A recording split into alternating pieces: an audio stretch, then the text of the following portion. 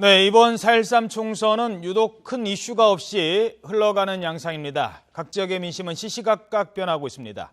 여론조사 결과를 통해 각 지역민들의 여론 살펴보도록 하겠습니다. 추은호 YTN 해설위원, 윤희웅 오피니언 라이브 여론분석센터장, 그리고 서정욱 변호사입니다. 안녕하십니까? 네, 안녕하세요. 자, 먼저 YTN의 여론조사 결과부터 살펴보도록 하겠습니다. 이번 조사에서는 서울 5곳, 경기 4곳을 비롯해 모두 15곳의 민심을 살펴봤습니다.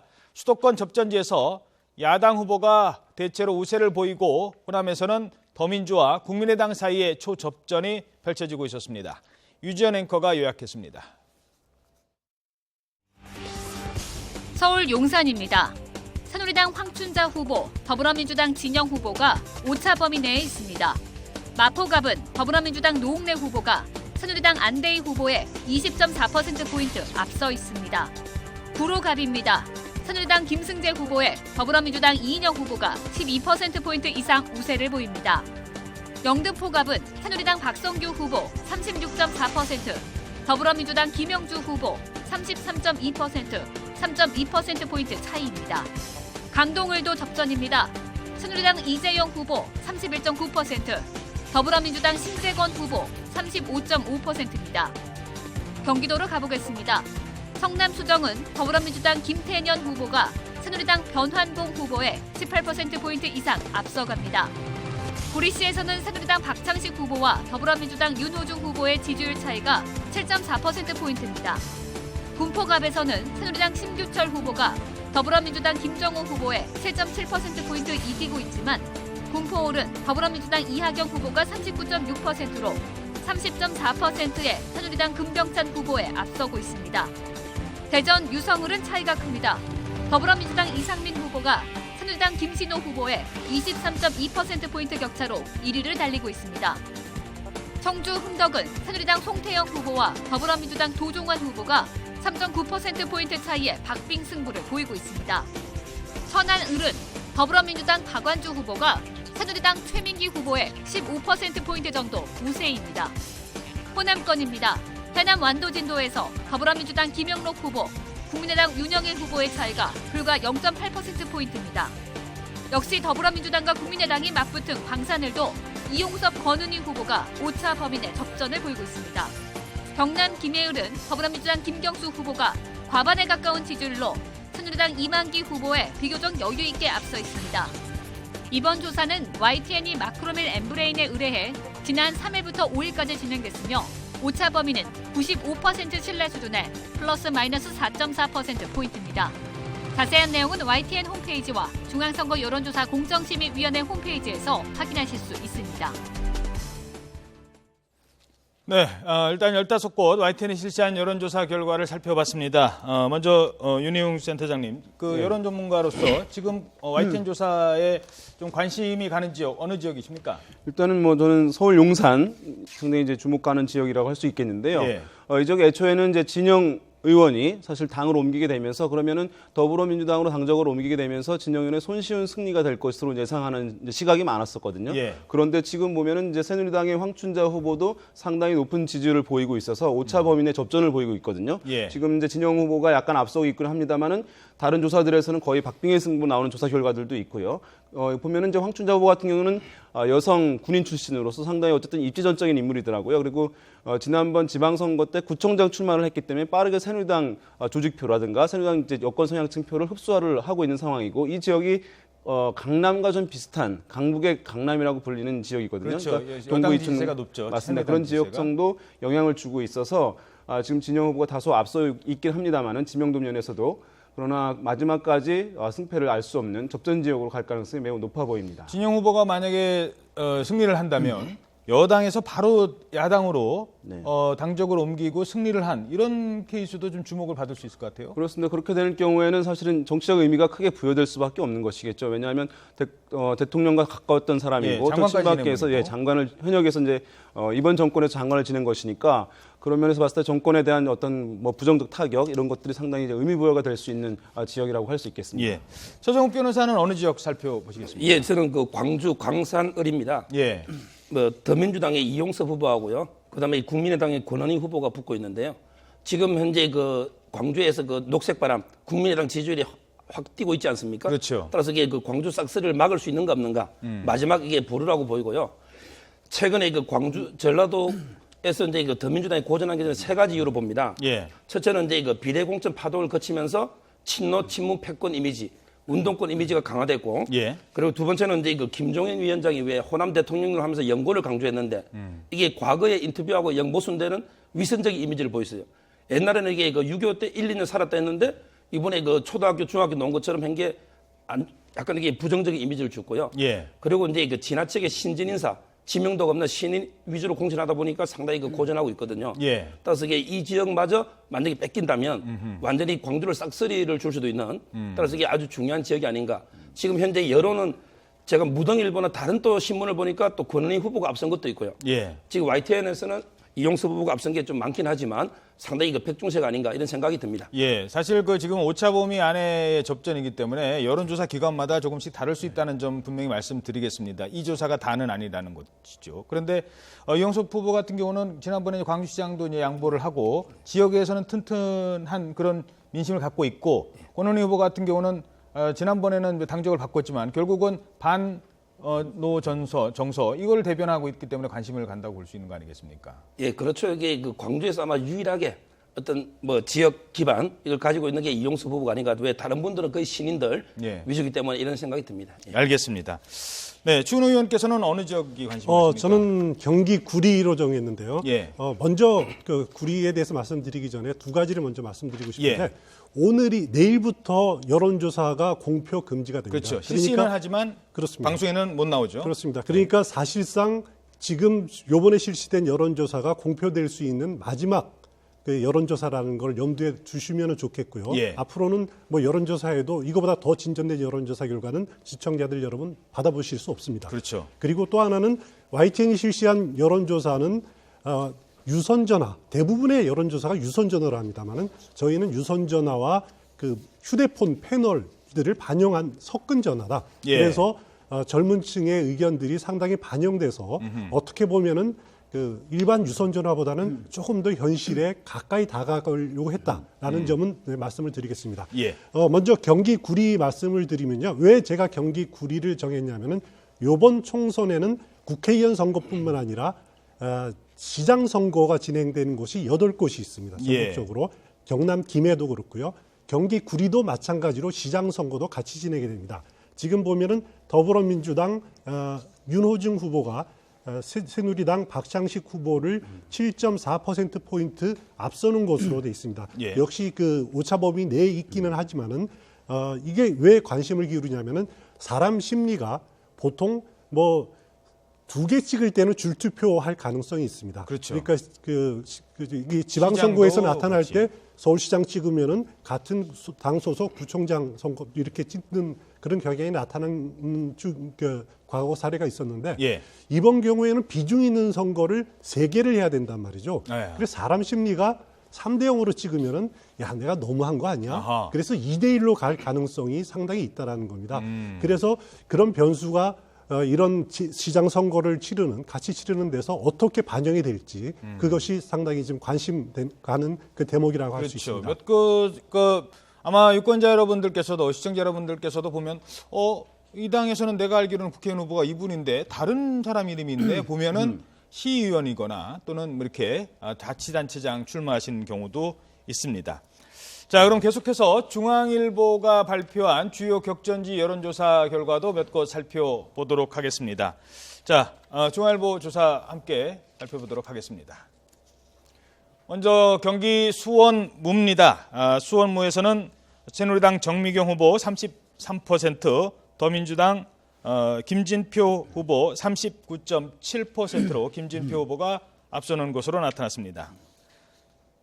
그리고 충남 공주 부여 청양입니다. 이번에 그 청양 지역이 새로 선거구에 영입이 됐죠. 편입이 됐습니다. 새누리당 정진석 후보 42.8%, 더민주 박수현 후보 26.1%, 정진석 후보가 큰 표차로 앞서는 것으로 나타나고 있습니다. 대전 서울 지역입니다. 새누리당 이재선 후보 32.4%, 더민주 박범계 후보 34.7%. 아마 이 지역은 제가 알기로는 다시 한번 리턴 매치가 펼쳐지는 곳인데요. 지금 박빙의 승부를 펼치고 있습니다. 대구 동갑입니다. 새누리당 정종섭 후보, 이른바 진박 후보와 친유 후보의 대결인데요. 34.3%, 무소속 유성걸 후보 39.8%, 역시 오차 범위 안에서 접전을 펼치고 있습니다. 경기 밀양, 의령, 함안, 창녕인데요. 새누리당 엄영수 후보가 33.9%, 이 지역에서 공천 탈락하고 무소속으로 출마했죠. 조혜진 후보는 25.1%, 당 지지도에 앞서면서 엄영수 후보가 앞서고 있는 것으로 나타나고 있습니다. 광주 동남갑입니다. 더민주 최진 후보 16.5%, 국민의당 장병환 후보가 당적을 바꿨죠. 당적을 바꿨습니다만 역시 국민의당 후보로 나왔는데 39.3%, 큰 표차로 앞서고 있는 것으로 나타났습니다. 자, 이번 조사는 중앙일보가 마크로밀 엠브레인과 의뢰해서 했던 내용이고요. 역시 홈페이지를 통해서 살펴볼 수 있습니다. 자, 윤영 팀장님, 네. 중원 지역 민심이 몇 군데 지금 나오고 있는데요. 어떻게 돌아가고 있습니까? 일단 이제 이 지역 같은 경우 왜 주목을 받냐 하면 국민의당이 수도권 같은 경우 한 10% 내외 높은 지지를 얻고 있거든요. 후보들이. 그런데 충청 지역에서는 그 지지세가 좀 높지 않은 편입니다. 그러니까 이것을 다시 말하면 새누리당과 더불어민주당이 맞대결 양상으로 펼쳐지는 유일한 곳이라는 의미이거든요. 그런 예. 면에서 이제 여야 대표들이 이 지역을 상당히 이제 어제도 방문하고 하면서 치열한 경쟁을 벌이고 있는데요. 예. 이 지역 같은 경우에는 과거에 어쨌든 지역 정당이 이번엔 사라졌습니다. 그래서 이 지역 정당, 그러니까 충청 지역의 독자성을 강조해 왔던 이 그룹들이, 지지층 예. 그룹들이 과연 새누리당 쪽으로 옮겨가느냐, 아니면 더불어민주당 쪽으로 가느냐에 따라서 이 균형추가 바뀔 수밖에 없는 그런 상황이라고 할 수 있거든요. 예. 지금 나오고 있는 조사 결과를 좀 보겠는데, 아까 이제 보도에서 보면은 충남의 지금 대전 서울 조사 같은데요. 이제 지금 보면 말씀하신 대로 리턴 매치긴 하거든요. 지난번 총선에서 이재선 후보가 졌어요. 예. 그런데 그때는 새누리당 후보가 있었습니다. 코레일 사장하고 있는 최연애 후보가 있었기 그렇죠. 때문에 사실 분산되면서 보수층이 박범계 후보가 당선이 된 것인데요.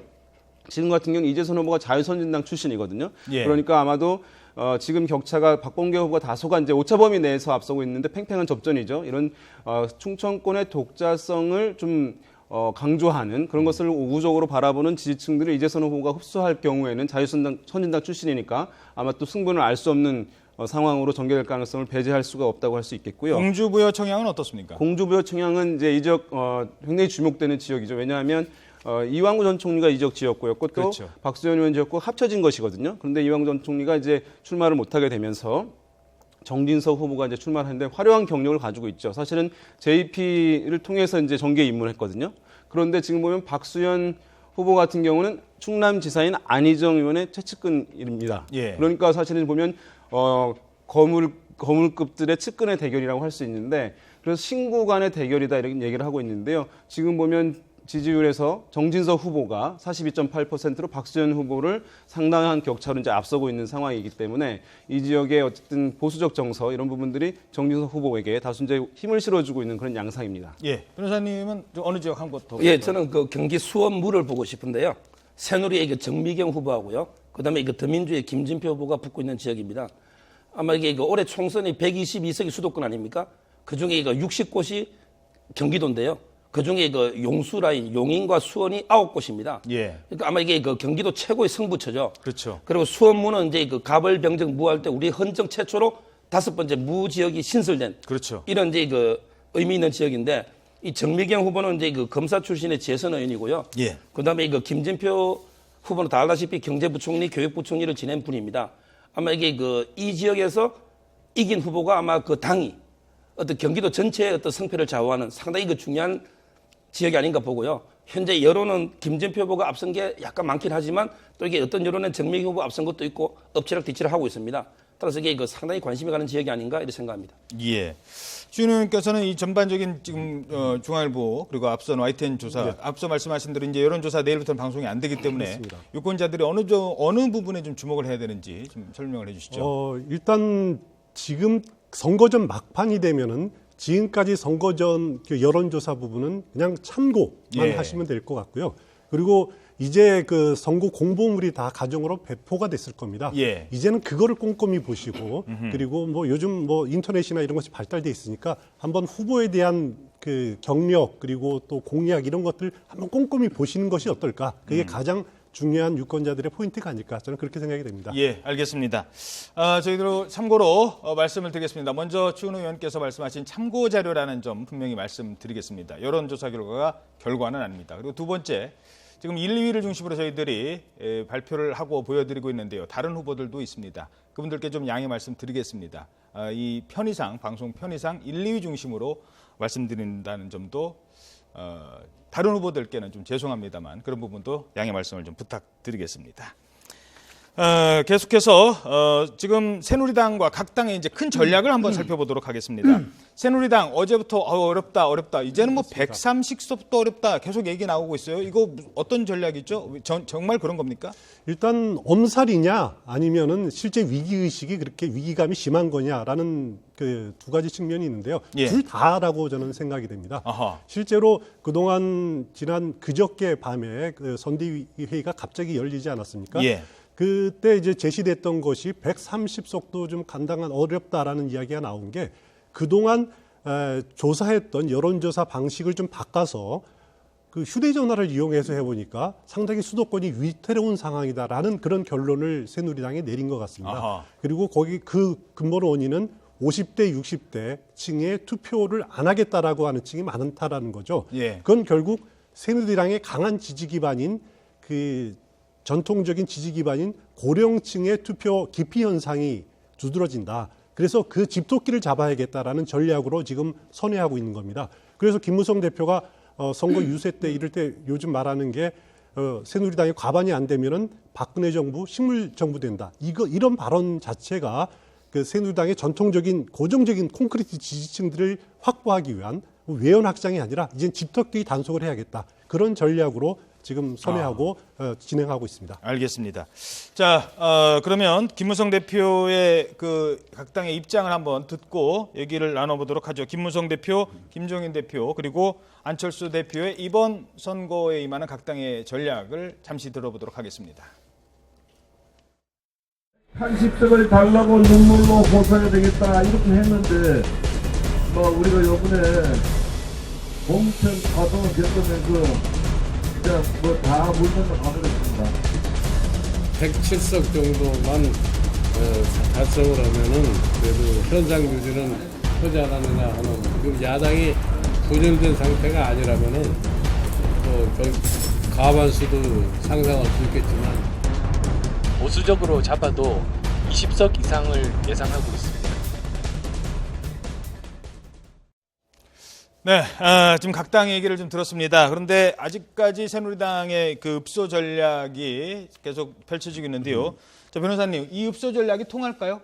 예, 저는 이게 그 읍소라기보다요. 정말 이게 그 진짜 위기 아닌가 이런 생각이 들고요.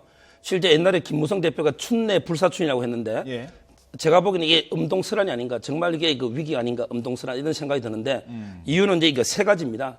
첫째는 이제 그 공천 파동을 거치면서 텃밭에서 이제 그 무소속이 아주 선전하면서 한 10석 가까이 이럴 수도 있고요. 예. 그다음에 두 번째는 이제 그 야권 연대의 어떤 골든 타임은 지났지만 선거 전까지는 언제든지 사퇴할 수 있고요. 사퇴하면 이게 공고문을 붙이고 요즘 홍보가 빠르기 때문에 얼마든지 알릴 수 있다는 거죠. 그리고 마지막 세 번째 이유는 가장 중요한 게 이거 사표 방지 심리하고 교차 투표입니다. 무슨 말이냐면 이게 그 역시 수도권이 최대 승부처인데 마지막에 가면 되는 후보, 결국에 더민주당 2등 후보를 찍어주는 이게 사표 방지 심리고요. 그리고 이제 교차 투표라는 것은 지역구 국회의원은 이게 되는 후보를 찍어주는데 예. 다만 이게 정당은 국민의당을 찍어주더라도 예. 이 교차 투표 비율도 상당히 높거든요. 따라서 이게 모든 걸 감안했을 때 수도권에서 아무리 이게 야권이 분할돼 있다 하더라도 새누리당이 상당히 위기가 아닌가 이런 생각이 듭니다. 알겠습니다. 자, 새누리당이 끝까지 지금 신경을 쓰는 거는 야권이 물론 연대는 무산됐지만 선거구별로 막판 변수는 남아있다는 점을 뭐 신경을 쓰는 것 같은데요. 이미 야권 연대가 성사된 곳 경남 창원 성산 지역에 노회찬 후보로 정의당 노회찬 후보로 야권 후보가 단일화됐는데 여기에 문재인 전 대표가 가서 지지를 호소했어요. 이건 어떤 상당한 그 야권연대의 의미가 있다고 좀 볼 수 있을까요? 그렇습니다. 지금 이제 문재인 대표가 백의종군하고 있는 그런 상황이기 때문에 당에서 이제 당대당 공식적인 선거 연대는 없다. 지금 그런 상황이지만 문재인 대표는 개인적으로 많은 지역들을 돌면서 야권 연대, 후보 단일화하는 것들을 지원하고 있거든요. 그럼으로써 이제 이 지역에도 기여한 측면이 있는데, 그럼으로써 이제 본인이 당에서는 이 야권 단일화 성과를 못 냈지만 예. 본인이 개인적으로 어쨌든 적극적인 자세로 나서서 일부 지역에서 단일화를 성사해냈다라고 하는 성과를 이제 과시하는 측면이 있겠고요. 그것이 이제 이후에 어쨌든 야권의 대선 주자로 더욱 안정적으로 자리매김하는데 아마 긍정적 효과가 있을 것이라고 하는 기대가 이제 작동하고 있다고 보고요. 또 한 가지 이제 이렇게 하면서 후보들의 지지율이 올라가는 것들을 증명해내면, 예. 가령 노회찬 후보 같은 경우에 그럼 다른 지역에서 지금 지지부진한 그런 와달라.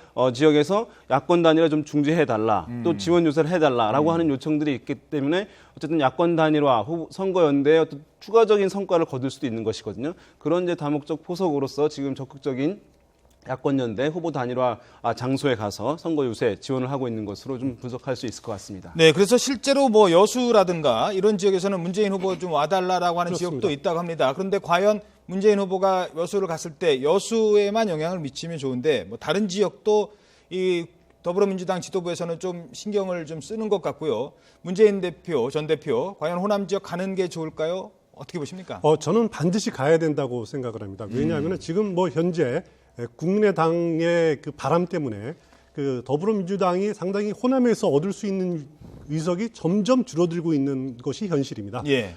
그런 상황에서 문재인 전 대표는 어차피 이 선거 결과에 무한 책임을 질 수밖에 없는 없는 그런 입장이고요.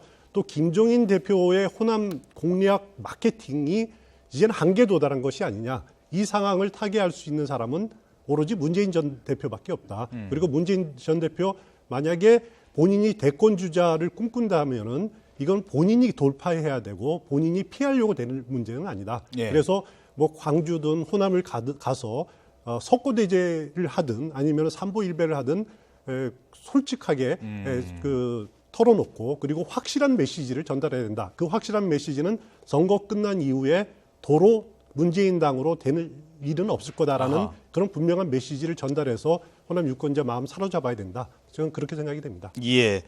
자, 지금 호남에서 이 이른바 강세를 보이고 있는 국민의당의 경우는 과연 이 녹색 바람이 북상할까 합니다. 뭐 이른바 호남의 자민연으로 끝나는 건지 아니면 수도권까지 좀 할 건지 수도권의 영향은 어떻게 보십니까? 예, 저는 수도권까지 북상은 좀 어렵다고 보는데요. 그게 크게 두 가지입니다. 첫째는 이제 뭐냐면 이게 호남에서 어떤 이게 더민주가 고전하는 것이 어떤 이게 실체가 아니고 어떤 프레임 논쟁에서 졌다는 거죠. 무슨 말이냐면 이게 호남에서 앞서고 있다 갑자기 지금 분위기가 뒤바뀌고 있지 않습니까?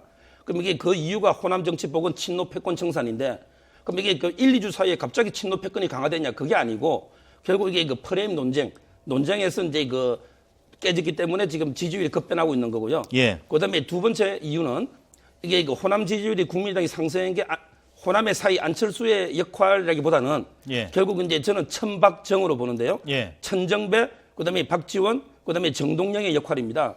왜냐하면 이게 천정배는 양양자의 가장 어떻게 보면 참신하게 영입한 인물의 바람을 막아주고 있고요. 그다음에 박지원은 DJ계를 결합시키고 있고, 그다음에 정동영은 전북을 지금 어느 정도 이게 부활시키고 있거든요.